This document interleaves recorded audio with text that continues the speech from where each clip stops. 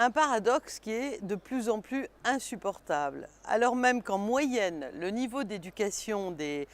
femmes est plus élevé que chez nos compatriotes, on va dire les hommes. Eh bien, le fossé salarial entre les hommes et les femmes dans l'Union européenne est de 16,1%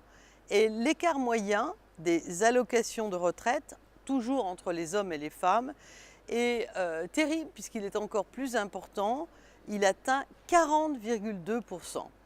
Donc c'est vrai qu'on peut penser que ce débat sur l'égalité entre hommes et femmes, c'est un débat récurrent, lancinant, qui peut agacer un certain nombre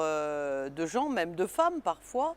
mais en même temps, il est absolument fondamental au XXIe siècle que, à compétences égales, à motivation égale, à talents égaux, eh bien, il n'y ait plus cette discrimination entre les hommes et les femmes, entre les jeunes femmes et les jeunes hommes, etc. Et c'est la raison pour laquelle, eh bien, au Parlement européen, on remet régulièrement l'ouvrage sur le métier pour lutter en faveur de l'égalité des genres. Et donc on demande que les États, parce que l'Union européenne, ce n'est pas un satellite mis en orbite, l'Union européenne, c'est nous, avec la représentation au Parlement européen, c'est la Commission qui a l'impulsion législative, et puis c'est le Conseil qui est la Chambre des États membres. Donc, une nouvelle fois, au Parlement européen, nous demandons aux États membres d'intensifier leurs efforts pour parvenir à une égalité réelle entre les hommes et les femmes. Et nous allons le faire pendant cette session parlementaire du printemps, en adoptant une résolution qui sera bien sûr débattue et qui sera très sûrement largement adoptée et votée pendant la session. Effectivement, il y a des progrès qui ont été réalisés pour combattre les inégalités entre les hommes et les femmes, mais le chemin à parcourir est vraiment long pour réduire ce fossé salarial. Et c'est pour ça que nous demandons à la Commission et aux États membres, je vais énumérer les éléments principaux. D'abord, nous leur demandons de présenter un ensemble de mesures législatives et non législatives concernant l'équilibre fondamental entre le travail et la vie privée. Parce que s'il n'y a pas de recherche de moyens par exemple, de garde des enfants, eh bien, les femmes n'arriveront pas à atteindre, elles n'arriveront pas à briser le plafond de verre. Deuxièmement, nous demandons à l'Union et aux États membres d'adopter une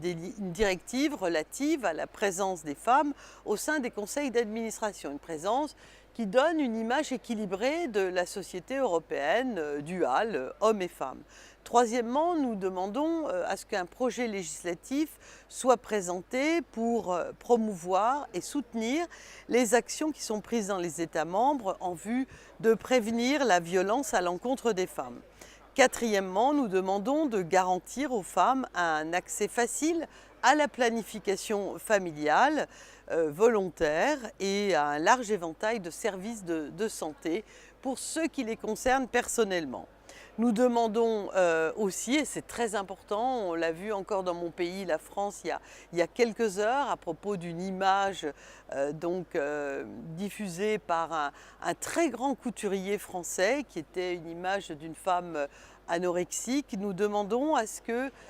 y ait une réelle surveillance du secteur des médias et de la publicité, et que la dignité et le refus de la marchandisation des femmes qui véhiculent des stéréotypes féminins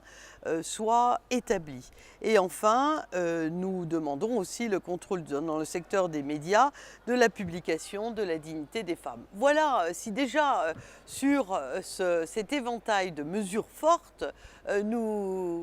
nous ayons la capacité d'avancer ensemble, cela permettrait de répondre à cette modernité d'égalité des droits entre les hommes et les femmes qui sied à la démocratie européenne telle qu'elle fonctionne.